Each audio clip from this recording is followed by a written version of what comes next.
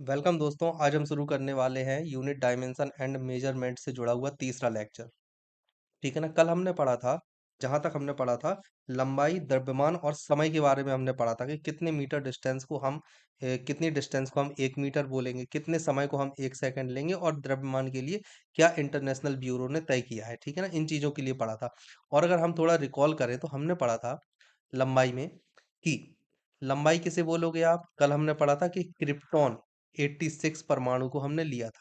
Krypton 86 परमाणु का लंबाई के लिए उपयोग किया जाता है। ठीक है ना। इससे नारंगी लाल, रेड, ऑरेंज तरंगे निकलती हैं, उसको हम 1 मीटर से मेजर करते हैं, हमने पढ़ा था। लेकिन इसकी एक और डेफिनेशन होती है, और वो डेफिनेशन ये होती है कि प्रकाश का वेग 1/299.7792 सेकेंड में जितनी दूरी तय करता है उसे 1 मीटर बोला जाता है। अगर प्रकाश के वेग की हम बात करें तो कितना होता है, 3 × 10⁻⁸ तो इतने सेकंड में जितनी दूरी तय करता है उसे हम 1 मीटर मान लेते हैं।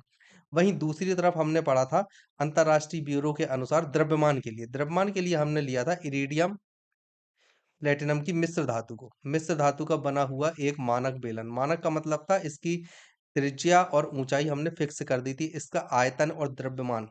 ठीक है ना। उसके बाद हमने द्रव्यमान निकाला था। तो इसकी एक और डेफिनेशन होती है जो कि आप लोगों ने पढ़ी होगी पहले भी। ये डेफिनेशन होती है कि एक कार्बन होता है, कार्बन 6C12, जिसमें 6 परमाणु क्रमांक होता है और 12 परमाणु भार होता है। ठीक है ना। तो कार्बन के 5.0188 इंटू 10⁻25 परमाणुओं का जितना द्रव्यमान होता है। ठीक है, याद रखना है। परमाणुओं का जितना द्रव्यमान होता है, परमाणुओं का जितना द्रव्यमान होता है उसे 1 किलोग्राम माना गया। ठीक है ना। ये दो चीजें और आपको याद रखनी है।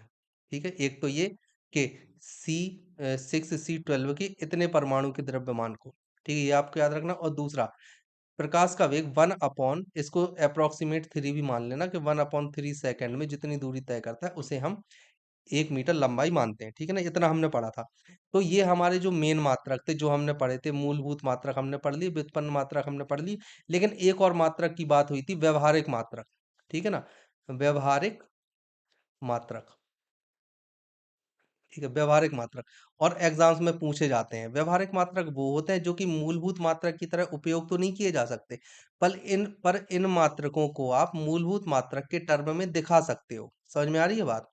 ये मूलभूत मात्रक नहीं है, मूलभूत मात्रक नहीं है, और ना ही व्युत्पन्न मात्रक है। कौन से नहीं है? ना ही मूलभूत और ना ही व्युत्पन्न, ना ही व्युत्पन्न। लेकिन आप इनको मूलभूत मात्रक में शो कर सकते हो, मूलभूत मात्रक में आप व्यक्त कर सकते हो। क्या कर सकते हो? व्यक्त कर सकते हैं। इसके उदाहरण मैंने आपको कल दिए थे। इसके उदाहरण आप, एक तो मैंने आपको दिया था अश्व शक्ति। अश्व शक्ति ना तो व्युत्पन्न मात्रक होता है और ना ही मूलभूत मात्रक होता है, लेकिन हम एक अश्व शक्ति को क्या लिख देते हैं? 746 वाट। 746 वाट लिख देते हैं। वाट एक मूलभूत मात्रक होता है शक्ति का, शक्ति का मात्रक होता है ना वाट। लेकिन अश्व शक्ति एक व्यवहारिक मात्रक है। दूसरा हम लेते हैं लाइट ईयर या प्रकाश वर्ष, एक लाइट ईयर हम ले लेते हैं। ठीक है ना। तो ये भी एक व्यवहारिक मात्रक होता है जिसे हम मूलभूत मात्रक में मीटर में शो कर देते हैं। पारसेक को भी हम शो कर देते हैं। एक पारसेक ले लेते हैं, उसे भी हम प्रकाश वर्ष में 3.24 प्रकाश वर्ष का एक पारसेक होता है, हम उसे शो कर देते हैं। तो ये अश्व शक्ति हो गया, लाइट ईयर हो गया या पारसेक हो गया, ये सब के सब व्यवहारिक मात्रक होते हैं। ठीक है। आपको एक चीज याद रखना है कि व्यवहारिक मात्रक ना तो मूलभूत मात्रक होते हैं और ना ही व्युत्पन्न मात्रक होते हैं, लेकिन इन्हें मूलभूत और व्युत्पन्न मात्रक में व्यक्त किया जा सकता है। ये चीज आपको याद रखनी है। ठीक है ना। अब देखिए, कुछ व्यवहारिक मात्रक हैं जो अक्सर एग्जाम्स में पूछे जाते हैं। वैसे तो आप लोगों को पता होगा, लेकिन डेफिनेटली इसमें कुछ ऐसे मात्रक भी आपको बताऊंगा जो आपने कभी सुने नहीं होंगे, लेकिन एग्जाम में आने के उनके पूरे पूरे चांसेस है। देखो, जैसे सबसे पहले आपने सुना होगा एक फर्मी, है ना। आई होप कि आप सबको ये पता होगा, ये कई बार एग्जाम में आया है। 10⁻⁻15 मीटर को हम एक फर्मी बोलते हैं। लेकिन अगला वाला है जो आपने शायद नहीं सुना होगा, क्या होगा? एक्स रे वन एक्सरे ये मात्रक है, ये व्यवहारिक मात्रक है। एक्सरे, वन एक्सरे मात्रक, ये किसके बराबर होता है? ये आपको याद रखना है। किस चीज के बराबर होता है? ये होता है 10 1.4 इंटू 10⁻13 मीटर। ठीक है। इसके बराबर होता है। ये अब एग्जाम में पूछा जा सकता है, ये तो कई बार पूछ लिया और बच्चे बच्चे को याद है। आपको अब अपनी नॉलेज को आगे बढ़ाने के लिए ये चीज याद करनी है, ठीक है ना। वन एक्स रे मात्रक किसके बराबर होता है? 1.4 इंटू 10⁻⁻13 मीटर। ये आपसे डायरेक्ट पूछा जा सकता है, या आपसे एक और क्वेश्चन बना के पूछा जा सकता है कि एक्स रे किसका मात्रक होता है, ठीक है ना। तो आपको पता होना चाहिए कि एक्सरे मीटर का मात्रक, मतलब कि लंबाई इससे मेजर की जाती है, लंबाई का मात्रक होता है, व्यवहारिक मात्रक। ठीक है, अगला होता है एक एंगस्ट्रॉम, जो आपने देखा होगा कई बार, आप सबने पढ़ा भी होगा, 10⁻⁻10 मीटर। ये कई एग्जाम्स में पूछा गया है। और ये व्यवहारिक मात्रक, ये आपको पता होगा। एक माइक्रोमीटर, ये आपको पता ही होगा, ये मैं मानता हूँ 10⁻⁻6 मीटर को एक माइक्रोमीटर मानते हैं। लेकिन अगला आपको याद रखना है, ठीक है ना, कई लोगों को पता नहीं होता। एक एस्ट्रोनॉटिकल यूनिट, मतलब कि एक खगोलीय मात्रक, इसको खगोलीय मात्रक बोलते हैं। एक खगोलीय मात्रक किसके बराबर होता है? 1.49 इंटू 10⁻11 मीटर। ये आपको याद होना चाहिए, इंपॉर्टेंट है, ठीक है। ये चीज बहुत ज्यादा इंपॉर्टेंट है, ये भी इंपॉर्टेंट है। और बाकी ये आपको याद होंगी, फर्मी, ये कई बार एग्जाम्स में पूछा गया है, तो ये आपको याद होगा ऑब्वियस, मुझे ऐसा लगता है। ये दोनों चीजें हैं जो आपको आपके नॉलेज को इस बार बढ़ानी है, कि वन एस्ट्रोनॉमिकल यूनिट कितनी होती है और वन एक्सरे मात्रक कितना होता है। ये दोनों चीजें आपको पता होनी ही होनी चाहिए। इसको अगर अप्रोक्सीमेट में हम लिखें तो क्या लिखेंगे इसको? अप्रोक्सीमेटली 1.5 इंटू 10⁻11, या फिर या फिर इसको क्या लिख सकते हैं? और अगर आप इसे और भी ज्यादा सॉल्व करना चाहो तो 10⁸ मीटर के आसपास इसकी वैल्यू आ जाएगी। समझ गए? चलिए, अब आगे बढ़ते हैं। अगला आपको देखना है प्रकाश वर्ष, जो कई बार पूछा गया है। एक लाइट ईयर, मतलब कि एक प्रकाश वर्ष। एक प्रकाश वर्ष किसके बराबर होता है? 9.46 इंटू 10⁻15 मीटर। समझ में आ रही है बात? 10⁻15 मीटर। इसको अगर आप सेंटीमीटर में बदलना चाहो तो इसमें 10⁻3 का, किलोमीटर में अगर आप बदलना चाहो तो 10⁻3 का भाग दे देना, और अगर सेंटीमीटर में बदलना चाहो तो 10⁻2 का गुणा कर देना है, ठीक है। ये भी आपको आना चाहिए, कई बार पूछा गया है। अगला आपको याद रखना है पारसेक, जो मैंने बताया था। एक पारसेक किसके बराबर होता है? ये होता है 3.26 लाइट ईयर, मतलब प्रकाश वर्ष के बराबर। तो ये जो तीन चार मात्रक हैं, ये बहुत ज्यादा इंपॉर्टेंट है, कई बार पूछे जाते हैं। आई होप कि ये वाला शायद आपने पहली बार सुना होगा, लेकिन ये बहुत ज्यादा इंपॉर्टेंट है, इसको याद कर लेना, ठीक है। अगला एस्ट्रोनॉटिकल यूनिट, ये भी आपको पढ़ना है। खगोलीय मात्रक, एक खगोलीय मात्रक किसके बराबर होता है? अप्रोक्सीमेट 1.5 इंटू 10⁻11 मीटर के बराबर होता है, ठीक है। ये चीज आपको पढ़नी है। अगला आपको पढ़ना है द्रव्यमान को लेकर। इसी तरह से कुछ द्रव्यमान के व्यवहारिक मात्रक हैं। किसके? द्रव्यमान के कुछ व्यवहारिक मात्रक है। जैसे कि आपने चंद्रशेखर सीमा पढ़ी होगी, कई बार ज्योग्राफी में भी पढ़ते हो, लेकिन फिजिक्स एक ऐसी चीज है जो हर जगह है। बिना फिजिक्स की दुनिया नहीं है। कागज के गिरने से लेकर व्यक्ति व्यक्ति के जन्म से मृत्यु तक केवल वो फिजिक्स के आधार पर ही अपना जीवन जीता है, ठीक है ना। तो फिजिक्स हर जगह है, चाहे आप ज्योग्राफी पढ़ो या कुछ भी चीज आप पढ़ो, ज्योग्राफी योग्राफी कुछ भी आप पढ़ लो, फिजिक्स हर जगह आपको मिलेगी। तो यहाँ पर एक चंद्रशेखर यूनिट, चंद्रशेखर इकाई की बात करते हैं, ये फिजिक्स में आपको पढ़, ये याद रखना है। अगर आपसे क्वेश्चन पूछा जाता है चंद्रशेखर इकाई किसका मात्रक होता है, तो आपको याद होना चाहिए कि ये द्रव्यमान का मात्रक है, ठीक है ना। दूसरी चीज आपको ये पता होना चाहिए कि एक चंद्रशेखर इकाई, इससे पहली बात तो डिनोट कैसे करते हैं? वन चंद्रशेखर यूनिट, मतलब CSU से इसे हम डिनोट करते हैं। और ये कितनी होती है? ये सूर्य के द्रव्यमान का 1.4 गुना होती है। 1.4 गुना किसके द्रव्यमान का? सूर्य के द्रव्यमान का, ठीक है। सूर्य के द्रव्यमान का, ये आपने ज्योग्राफी में पढ़ा होगा, इसे भूलना मत, द्रव्यमान का। अब अगर देखा जाए तो कितना हो जाएगा? सूर्य का द्रव्यमान कितना होता है? 2 इंटू 10⁻30। तो 1.4 इंटू 2 इंटू 10⁻30 किलोग्राम में है ये। तो एक CSU कितना हो जाएगा? 2.8 इंटू 10⁻30 किलोग्राम। ये आपको याद रखना है। इसमें ये चीज आपको याद रखनी है कि चंद्रशेखर इकाई किसकी यूनिट होती है। दूसरी चीज आपको ये याद रखनी है कि एक चंद्रशेखर इकाई किसके बराबर होती है? 1.4 सूर्य के द्रव्यमान का गुना। समझ गए? सूर्य के द्रव्यमान का 1.4 गुना होता है। दूसरा मेट्रिक टन, आपको पता है मेट्रिक टन मूलभूत इकाई नहीं है, ना ही व्युत्पन्न इकाई है, लेकिन मैट्रिक टन एक व्यवहारिक इकाई होती है। तो मैट्रिक टन कितना होता है? एक मैट्रिक टन का मतलब होता है 1000 किलोग्राम। 1000 किलोग्राम, या फिर कितना? 10 क्विंटल, ठीक है ना। ये आपको याद रखना है। एक क्विंटल में कितने होते हैं? 100 किलोग्राम, ये आपको पता होगा। अगला आपको याद रखना है AMU, परमाणु द्रव्यमान। मतलब 1 AMU, एटॉमिक मास यूनिट, ये कितना होता है ये भी आपको याद होना चाहिए। तो 1 AMU का मतलब होता है 1.67 इंटू 10⁻⁻27 किलोग्राम। ठीक है ना, ये याद रखना है। अब देखो ये वैल्यू देखकर आपको एक चीज याद आ रही होगी, क्या याद आ रही है? अरे आपको याद आ रहा होगा कि ये तो प्रोटॉन और न्यूट्रॉन का द्रव्यमान होता है। याद आ रहा है ना? तो बस प्रोटॉन और न्यूट्रॉन के द्रव्यमान को ही हम 1 AMU बोलते हैं, ये चीज आपको याद रखनी है। प्रोटॉन और न्यूट्रॉन के द्रव्यमान को ही 1 AMU कहते हैं। ठीक है ना, ये चीज आपको याद रखनी है। 1 AMU मतलब प्रोटॉन और न्यूट्रॉन के द्रव्यमान को 1 AMU कहते हैं। 1 AMU की कोटि का होता है, समझ गए? ये चीज आपको याद रखनी है। अगला हम देखते हैं। हमने अभी यहाँ द्रव्यमान के व्यवहारिक मात्रक को बहुत अच्छे से देख लिया है और समझ लिया है। अब हम बात करेंगे समय के व्यवहारिक मात्रकों के बारे में। देखिए, समय के व्यवहारिक मात्रक की अगर हम बात करते हैं, समय के व्यवहारिक मात्रक की अगर हम बात करते हैं, देखो नॉर्मल आप जानते हो वर्ष क्या होता है। वर्ष तो आप जानते हो, वर्ष एक व्यवहारिक मात्रक है, मूलभूत इकाई नहीं होती है समय की। मूलभूत इकाई तो क्या होती है? सेकंड। तो एक तो आपको वर्ष याद रखना है। वर्ष आई थिंक कि आप सभी जानते हो कि पृथ्वी को सूर्य का चक्कर लगाने में कितना समय लगा, ये होता है। दूसरी अगर हम समय की इकाई देखें, जो कई लोगों के लिए नई होगी, इसे हम बोलते हैं चंद्रमास। ठीक है ना, चंद्रमा। चंद्रमास का मतलब ये होता है कि चंद्रमा द्वारा पृथ्वी का चक्कर लगाने में, यहाँ पर क्या था? पृथ्वी थी जो कि सूर्य का चक्कर लगा रही थी। क्या कर रही थी? पृथ्वी सूर्य का चक्कर लगा रही थी, उसे हमने एक वर्ष बोल दिया। चंद्रमास किसे बोलेंगे? चंद्रमास बोलते हैं जिसमें कि चंद्रमा पृथ्वी का चक्कर पूरा कर रही, पृथ्वी का एक चक्कर पूरा करती है।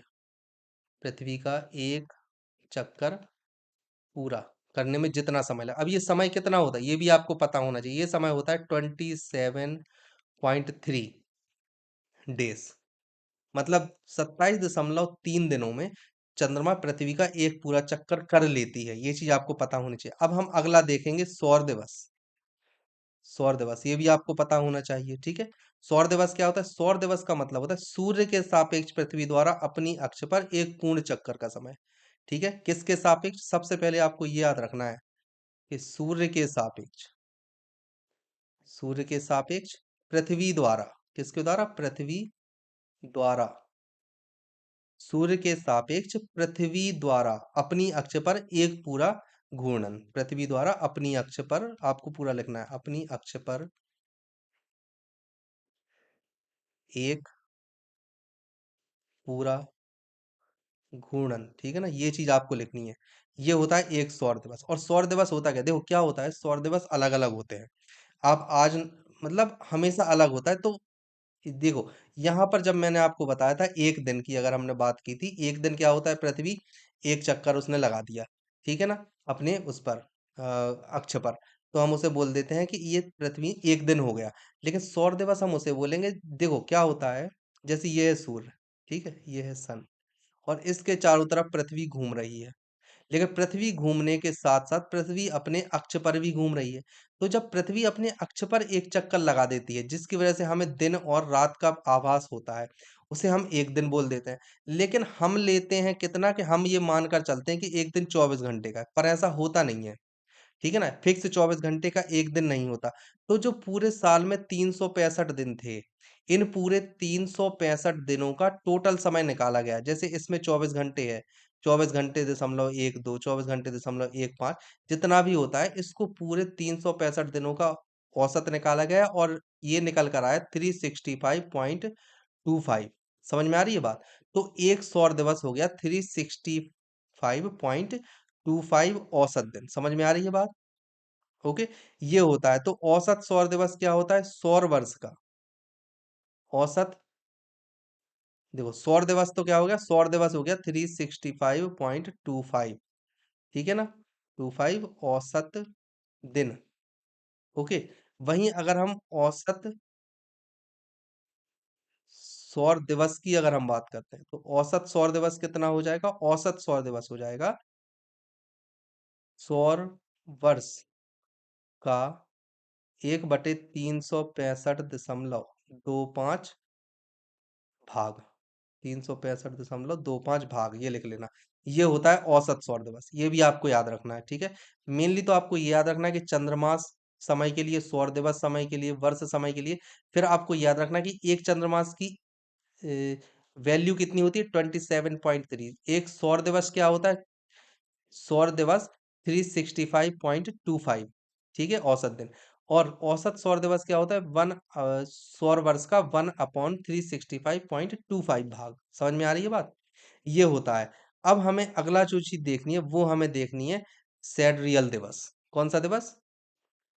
सेड रियल दिवस। ये चीज हमें देखनी है। सेड रियल दिवस क्या होता है? देखिए, देखो अभी क्या है, पृथ्वी लगा रही है। जैसे जब हम सौर दिवस की बात कर रहे थे तो उसमें पृथ्वी सूर्य की सूर्य के सापेक्ष चक्कर लगा रही थी। लेकिन सेट्रियल दिवस में क्या होता है? पृथ्वी तो है, लेकिन अब पृथ्वी सूर्य के सापेक्ष चक्कर नहीं लगा रही है। पृथ्वी चक्कर लगा रही है किसी तारे के सापेक्ष किसी तारे के सापेक्ष चक्कर लगा रही है। तो इसे हम बोले हैं सेड्रियल दिवस। समझ में आ रही है बात? सौर दिवस वो था जब पृथ्वी सूर्य के सापेक्ष चक्कर लगा रही थी, लेकिन सेड्रियल दिवस में पृथ्वी सूर्य के सापेक्ष नहीं लगाती। सूर्य के अतिरिक्त जो इतने सारे तारे हैं ब्रह्मांड में, उन तारों में से किसी के सापेक्ष जब पृथ्वी चक्कर लगाती है, हम पृथ्वी के चक्कर को किसी तारे के सापेक्ष जब देखते हैं या उसको मेजर करते हैं, तो हम उसे बोल देते हैं सेड्रियल दिवस। समझ में आ रही है बात? इसे हम बोलते हैं सेड्रियल दिवस। अब आपको ये याद रखना है कि सेड्रियल दिवस होता क्या है। समझ रहे? ओके, ठीक है। ये होता है सेड्रियल दिवस कि पृथ्वी, ये है पृथ्वी, ठीक है, पृथ्वी ये रही और ये है कोई तारा, ठीक है। पृथ्वी यहाँ पर चक्कर लगा रही है, लेकिन पृथ्वी तारे के तारे के सापेक्ष अपनी अक्ष पर एक घूर्णन कंप्लीट कर रही है। समझ में आ रही है बात? इसे हम बोलेंगे सेड्रियल दिवस। समझ गए? ओके। पृथ्वी अपने घूर्णन को इस तारे के सापेक्ष जितने समय में कंप्लीट करेगी उसे हम सेड्रियल दिवस बोलते हैं। ओके। पृथ्वी अपने घूर्णन को तारे के सापेक्ष पूरा करने में लगा समय। समझ में आ रही बात? ये होता है सेड्रियल दिवस। ये आपको याद रखना है। अब सेड्रियल दिवस की आपको वैल्यू भी याद रखनी है। देखो, एक सौर वर्ष के लिए हमने क्या पढ़ा था? एक सौर वर्ष जब हमने देखा था, एक सौर वर्ष कितना होता है? सौर दिवस अलग होता है और सौर वर्ष अलग होता है। तो सौर वर्ष के लिए हमने पढ़ा था 366 होता है 0.25। वहीं अगर हम सेड्रियल दिवस की बात करें, सेड्रियल दिवस की अगर हम बात करते हैं, सेड्रियल दिवस कितना होता है? 365.25 औसत सौर दिवस। समझ गए? ये होता है एक सेड्रियल दिवस। यहां से अगर आप देखोगे तो जो सेड्रियल दिवस है वो सौर दिवस से छोटा होता है। समझ में आ रही है बात? सेड्रियल दिवस सौर दिवस से छोटा होता है, ये आपको याद रखना है। सेड्रियल दिवस छोटा होता है सौर दिवस से। ठीक है, ये चीज आपको याद रखनी है, ये सेड्रियल दिवस सौर दिवस से छोटा होता है। ओके, आगे बढ़ते हैं। आगे अब हम देखेंगे एक जो चीज आप पढ़ने वाले हो, बहुत अच्छी चीज है, जो आपने कभी सुनी नहीं होगी, सेक। ठीक है।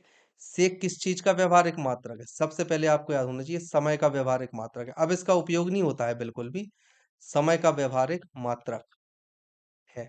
अब इसका बिल्कुल भी उपयोग नहीं होता है, बिल्कुल ही नहीं होता है। बाकी चीजों का तो होता है, प्रकाश वर्ष का होता है, पारसेक का होता है, बाकी चीजों का होता है। सेड्रियल डे का भी साइंटिस्ट इस्तेमाल करते हैं, सौर दिवस का भी करते हैं इस्तेमाल, चंद्रमास का भी कर, पर सेक ऐसी समय की इकाई है जिसका पूरी तरह से उपयोग होना बंद हो गया है। तो आपको बस इतना याद रखना है कि सेक किस चीज की व्यवहारिक मात्रक है।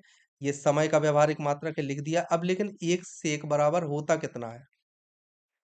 एक सेक बराबर होता है 10 to the power -8 सेकेंड। समझ में आ रही है बात? ये याद रखना है। एक सेक बराबर 10 to the power -8 सेकेंड होता है, ये आपको याद रखना है। ओके। तो ये होते हैं व्यवहारिक मात्रक जो मैंने इंपॉर्टेंट इंपॉर्टेंट आपको बताएं, इनको आपको याद रखना है। अब आगे बढ़ते हैं, ठीक है, आगे बढ़ते हैं। और अब हम देखेंगे भौतिक राशियों की विमाएं, जिस चीज का आप सभी को बहुत ज्यादा बेसब्री से इंतजार था, भौतिक राशियों की विमाएं या डायमेंशन। विमाएं या इन्हीं को हम बोलते हैं डायमेंशंस। ठीक है ना, इन्हीं को हम बोलते हैं डायमेंशंस। ठीक है ना, अब हम इन्हें देखने वाले हैं। तो देखिए, सबसे पहली विमाएँ होती क्या हैं? देखिए, एक हमारे पास में थी व्युत्पन्न राशि, ठीक है? व्युत्पन्न राशि थी। अब और एक हमारे पास में थी मूलभूत राशि, मूलभूत राशि। तो व्युत्पन्न राशि को मूलभूत राशि की घातों के रूप में हम दिखा देते हैं। इन्हें इन घातों को ही क्या कहते हैं? ये जो घात होती हैं, इन घातों को ही विमाएँ कहते हैं। याद रखना है आपको, इन घातों को ही क्या कहते हैं? विमाएँ कहते हैं। तो विमाएँ क्या होती हैं? मूलभूत व्युत्पन्न राशि को मूलभूत राशियों में दर्शाने के लिए मूलभूत राशियों पर जो घातें लगाई जाती हैं, उन्हें हम विमाएँ कहते हैं, ठीक है? मतलब विमाएँ ये घातें होती हैं, जैसे ये x है, तो ये घात है विमा। अब उदाहरण के तौर पर यदि मैं आप लोगों को बताऊँ, तो उदाहरण के तौर पर देखिए, अब हम सभी जानते हैं कि लंबाई की विमा क्या होती है? L1, ठीक है? या आप ऐसे लिखो m0, L1, T0, इस तरह से ये होती है लंबाई की। लेकिन अगर आप एरिया की विमाएँ देखते हो, एरिया मतलब क्षेत्रफल, अगर आप क्षेत्रफल की विमाएँ देखते हो, तो वो क्या होता है? L इंटू L, मतलब L2, M0, M0, L2 और T0, ये होती हैं। तो यहाँ पर क्षेत्रफल था व्युत्पन्न राशि, लंबाई है मूलभूत राशि। अब हमने इस क्षेत्रफल को लंबाई मूलभूत राशि की 2 घात के तौर पर दिखाया है। तो ये क्या होती है? ये होती है विमा। समझे? ये होती है विमा। ओके, एक्स एम की घात 0, ये भी एक विमा है। टी की घात 0, ये भी विमा है। तो इसका विमीय सूत्र क्या हो जाएगा? M0 L2 T0। समझ गए? तो जो व्युत्पन्न राशि को मूलभूत राशियों के टर्म में दिखाने के लिए मूलभूत राशि पर जो घात लगाई जाती है, उसे हम विमा बोलते हैं। याद रखना है आपको कि हम घातों को विमा बोलते हैं। ठीक है? उदाहरण के तौर पर अगर मैं आपको एक और चीज दिखा दूं, जैसे एफ होता है फोर्स, फोर्स को हम लिखते हैं एम ए, एम होता है द्रव्यमान और ए होता है एक्सेलरेशन मतलब त्वरण, और एफ होता है फोर्स मतलब बल। अब देखो, द्रव्यमान को तो हम द्रव्यमान ही लिखा रहने देंगे, लेकिन ए जो होता है त्वरण, वो होता है वेग परिवर्तन की दर।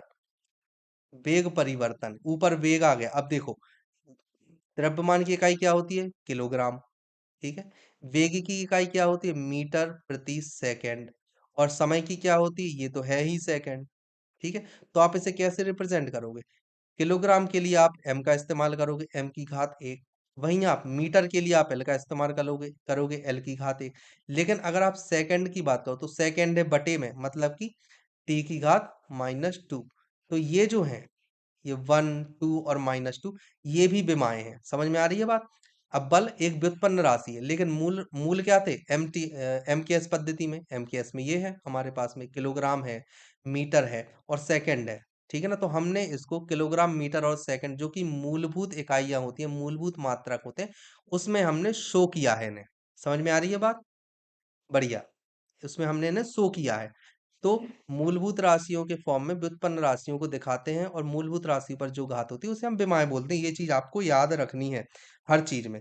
अब देखो, कोष्टक में ही इसे हमेशा दिखाया जाता है, ना कि परिमाणों के माध्य में। ठीक है ना? हम इसे कोष्टक में ही दिखाएंगे हमेशा, ये चीज आपको याद रखनी है। चलिए आगे हम बढ़ते हैं। आगे हम अब आपको बताने वाले हैं कि महत्वपूर्ण विमाएं जो आपको याद करनी है वो कौन कौन सी हैं। ठीक है? देखो, बहुत सारी बीमाएँ हैं, लेकिन आपको सबको याद करने की ज़रूरत नहीं है। आप अभी यांत्रिकी भी पढ़ रहे हो, तो केवल यांत्रिकी के तौर पर जो 20-30 बीमाएँ होती हैं, उनको आप निकालना सीख जाओगे। जैसे अगर मैं आपको बोलूँ वेग के लिए, है ना? कुछ जो इम्पोर्टेंट बीमाएँ होती हैं, इम्पोर्टेंट, जैसे एक तो होती है वेग या वेलोसिटी की। तो इसका आपको पता है, वेग बराबर क्या होता है? विस्थापन बटे समय। विस्थापन को आप मीटर से करोगे, समय को आप सेकंड से करोगे, मतलब M1 L0 T-1, इस तरह से निकाल लोगे आप। आप सब कुछ निकाल सकते हो। आपको जैसे त्वरण की होती है, त्वरण आपको एक याद करनी चाहिए, है ना? इसके अलावा त्वरण से आप संवेग निकाल लोगे, ए की आ जाएगी ये। ए बराबर क्या होता है? dV/dt। यहाँ से आप ए की निकाल लोगे। संवेग क्या होता है? M इंटू भी। एम क्या होता है? द्रव्यमान। भी क्या होता है? भी होता है विस्थापन में परिवर्तन। इस तरह से आप निकाल लोगे। इसके आगे अगर आप और जाओगे, संवेग की निकाला, आप बल की निकाल सकते हो, क्योंकि बल क्या होता है? संवेग परिवर्तन के लिए भी इस्तेमाल किया जाता है कि एफ बराबर एम ए, यहाँ से आप बल की निकाल लोगे। इसके आगे और बढ़ोगे आप, तो ऊर्जा की निकाल लोगे। ऊर्जा के कई फॉर्म होते हैं, पोटेंशियल एनर्जी हो गई, काइनेटिक एनर्जी हो गई। इसके अलावा और भी जो तापीय ऊर्जा होती है, उन सब का भी आप निकाल सकते हो। गतिज ऊर्जा होती है, ठीक है ना? ये जो इम्पोर्टेंट कुछ महत्वपूर्ण बीमारी, ये आपको निकाल लेनी है। लेकिन इसके लिए मैं आपको टेलीग्राम चैनल पर एक इमेज सेंड कर दूँगा। आपको वो इमेज में अच्छे से देखकर अलग-अलग विमाएँ जो इम्पोर्टेंट है उनको आपको याद कर लेना है। ठीक है? अभी यांत्रिकी के तौर पर। बाकी जैसे-जैसे हम फिजिक्स कंप्लीट करते जाएँगे आपको मैं बताऊँगा, आपको अगर फ़ॉर्मूला याद है तो आप विमाएँ निकाल ही लोगे। आपको एक भी चीज़ की विमा याद करने की ज़रूरत नहीं पड़ेगी। है ना? विमाओं में केवल आपको एक चीज़ याद करनी है, आपको वो भी समय बचाने के लिए, क्योंकि आप हमेशा तो निकाल नहीं सकते हो। तो आपको बस इतना याद कर लेना है कि किन-किन की विमाएँ समान होती हैं। उससे आपका समय बच जाएगा। ठीक है? आपको क्या याद करना है? समान विमाएँ। समान विमाओं वाली राशियाँ, आपको इनको याद कर लेना है। किन्हें? समान विमा वाली राशियों को आपको याद कर लेना है। बाकी आपको कुछ याद नहीं करना है, बाकी सब मैं फ़ॉर्मूले से कैसे निकाली जाती है आपको बता दूँगा। आपको एक भी विमा याद करने की ज़रूरत नहीं है। ठीक है? आगे बढ़ते हैं। अब देखिए, आगे आप पढ़ोगे समान विमा वाली राशियाँ, जैसे अभी मैंने आपको बताई। तो समान विमा में आपको देखो कुछ चीज़ें हैं जो आपको याद करनी है। जैसे आप एक आवृत्ति होती है। आवृत्ति की विमा और कोणीय वेग की विमा समान होती है। ये कई बार क्वेश्चन में पूछा गया, ये इम्पोर्टेंट है। कोणीय वेग हो गया और कोणीय आवृत्ति कोणीय आवृत्ति इसकी भी समान होती है। वेग प्रवणता, इन सभी की विमाएँ समान होती है। वेग प्रवणता, ठीक है ना? Velocity gradient. तो इन सभी की विमाएँ समान होती हैं, और भी इसी तरह से हैं जिसकी मैं आपको इमेज सेंड कर दूँगा टेलीग्राम पर, वो आपको याद कर लेनी है। ठीक है? अब देखिए विमाओं के ना बहुत सारे अनुप्रयोग भी होते हैं। कई अनुप्रयोग होते हैं विमाओं के। तो हम अनुप्रयोग को हम कल देखेंगे। वैसे मैं आपको शॉर्ट में बता दूँ, विमाओं के कई अनुप्रयोग होते हैं। जैसे कि आप मान लो 2 राशियों की आप तुलना कर सकते हो अगर आपको विमाएँ पता हैं। ठीक है ना? इसके अलावा अगर आपको विमाएँ पता हैं, तो राशियों की तुलना तो कर ही सकते हो, साथ में आप मात्रक भी निकाल सकते हो। केवल विमा पता है तो आप मात्रक निकाल लोगे। आप अगर विमा आपको पता है, तो आप एक मात्रक को दूसरे मात्रक में कन्वर्ट भी कर सकते हो, मतलब बदल सकते हो। तो इस तरह से कई उपयोग होते हैं विमाओं के, जिसको कि हम अगले लेक्चर में कंप्लीट करेंगे। आज के लिए इतना काफ़ी है, आप इन्हें अच्छे से पढ़ लेना, और जो भी चीज़ मैं बता रहा हूँ ये एग्ज़ाम पॉइंट ऑफ व्यू से बहुत ज़्यादा इम्पोर्टेंट है। ठीक है ना? ऐसा कोई टीचर नहीं बताएगा जैसा मैं आपको बता रहा हूँ, और जो छोटी-छोटी चीज़ें मैं आपको बता रहा हूँ, जैसे मैंने यहाँ पर बताया चंद्रमास आपको याद करना है, मैंने यहाँ पर बताया कि आपको सेक पढ़ के जाना है। कभी क्वेश्चन में पूछ लिया सेक क्या किस चीज़ की यूनिट है? तो आप दुनिया भर का लगा के आ जाओगे, लेकिन आप लोग समय नहीं लगाओगे। है ना? ये कोई नहीं लगाएगा, और समय कौन सोचेगा सेक समय है? कोई द्रव्यमान लगा के आ जाएगा। समय की तरफ ध्यान नहीं जाने वाला ये, क्योंकि वर्ड ही ऐसा है सेक, समय की तरफ ध्यान ही नहीं जाएगा आप लोगों का। तो इस तरह की जो चीज़ें ये आपको पढ़नी है। आपको यहाँ पर पढ़ना है कि भई एस्ट्रोनॉटिकल यूनिट क्या होती है? इन सब चीज़ों को आप अच्छे से पढ़ो, जो भी मैंने आपको अभी बताया है आज। ठीक है ना? इन चीज़ों को बहुत अच्छे से पढ़ो। ये आप अच्छे से पढ़ो कि लंबाई को आपने कैसे, एक तो आपको ये पढ़ना था क्रिप्टॉन 86 और रेड ऑरेंज किरण निकलती है उससे। दूसरा आपको ये वाली डेफिनेशन होनी चाहिए पता। द्रव्यमान के लिए आपको पढ़ना है कि 6C12 का उपयोग किया गया द्रव्यमान को डिफाइन करने के लिए। इसके अलावा इरिडियम प्लेटिनम के एक बेलन का इस्तेमाल किया गया निकालने के लिए। ये सब चीजें आपको पढ़नी है। व्यवहारिक मात्रक क्या होता है ये आप अच्छे से पढ़ोगे। व्यवहारिक मात्रक होता क्या है? अश्व शक्ति, लाइट ईयर, पारसेक, एंगस्ट्रॉम वगैरह हम लिख देते हैं। ये सब व्यवहारिक मात्रक होते हैं, ये आपको पढ़ना है। तो इस तरह की चीजें यदि आप पढ़ते हो तो आपके एग्जाम में कोई भी क्वेश्चन नहीं छूटेगा। ठीक है? आज के लिए इतना काफ़ी। और आप लोग, जब मैं आप लोगों को लेक्चर पढ़ाऊँ तो आप बस पढ़ा करो, आप लिखा मत करो। ये जो आपको पीपीटी दिख रही है ये मैं टेलीग्राम चैनल पर डाल दूँगा, तो आप वहाँ से डाउनलोड कर सकते हो।